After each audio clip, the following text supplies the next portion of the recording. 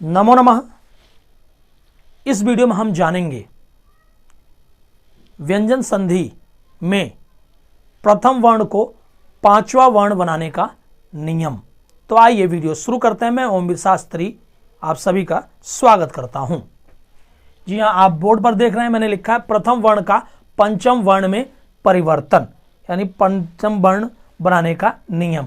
ये जो प्रथम वर्ण का पंचम वर्ण में परिवर्तन है, ये जो संधि है ये सीबीएसई के सिलेबस में 10वीं कक्षा में अनिवार्य है। इससे प्रश्न आते ही आते हैं, तो आप इसमें बड़े ही ध्यान से इसको देखिएगा जो भी 10वीं कक्षा के विद्यार्थी हैं।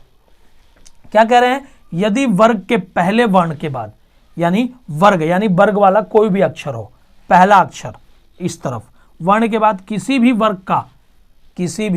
वर्ग का पांचवा वर्ण हो, यानी मान लीजिए इधर किसी पहले वर्ग का आ गया, पहले वर्ग का मान लीजिए पहला आ गया, ठीक है, क आ गया, और इधर जो है तो वर्ग का पांचवा अक्षर आ गया, त थ द ध न, तो क्या होगा?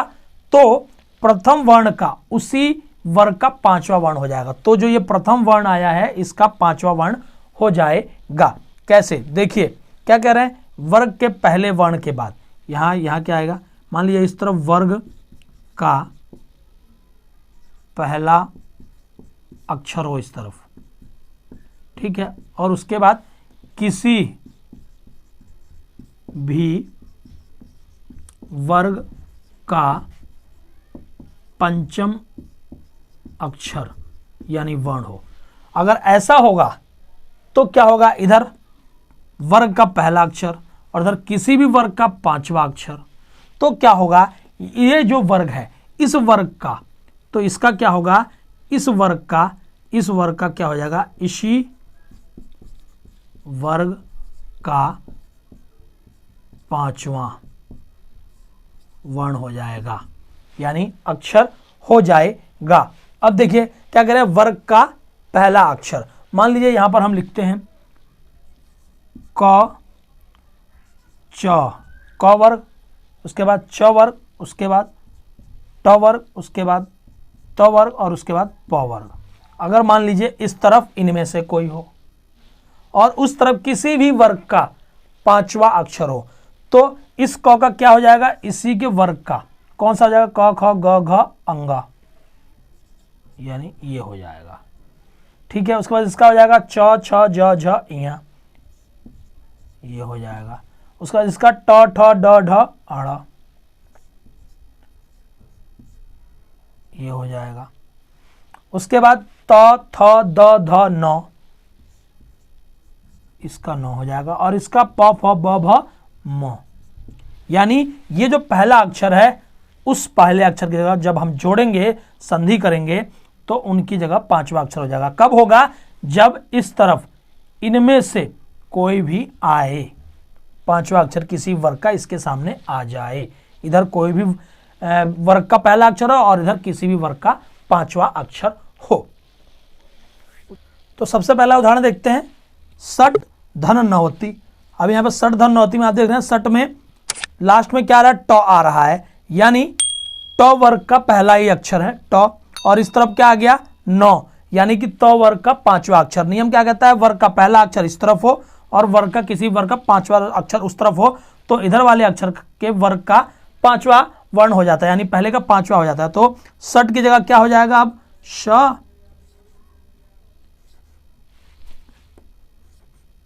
ये हो जाएगा श, और ट की जगह ट का पांचवा अक्षर क्या है? ण, तो ये हो गया ण, ठीक है।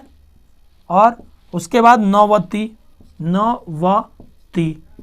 अब जब इन दोनों को हम जोड़ते हैं तो क्या हो जाता है? श ड़ ड़ न ड़ व ती, षड़वती, ठीक है। तो आप ये ध्यान रखिएगा कि जब भी हम इन दोनों को जोड़ते हैं तो षट्नवती जोड़ते हैं तो ये षड़वती ऐसे लिखा जाएगा, ये ध्यान रखिएगा। यानी जब हम जोड़ेंगे तो ये होगा और जब विच्छेद करेंगे तो ये होगा। ये विच्छेद करने पे ये नहीं होगा, ये गलत हो जाएगा, ये ध्यान रखिएगा। और जब इन जोड़ के लिखेंगे भी तो ये इस 9 का भी ड़ हो जाता है। ऐसा नहीं होता है कि न की जगह ड़ की जगह न हो जाए, ये ध्यान रखिएगा।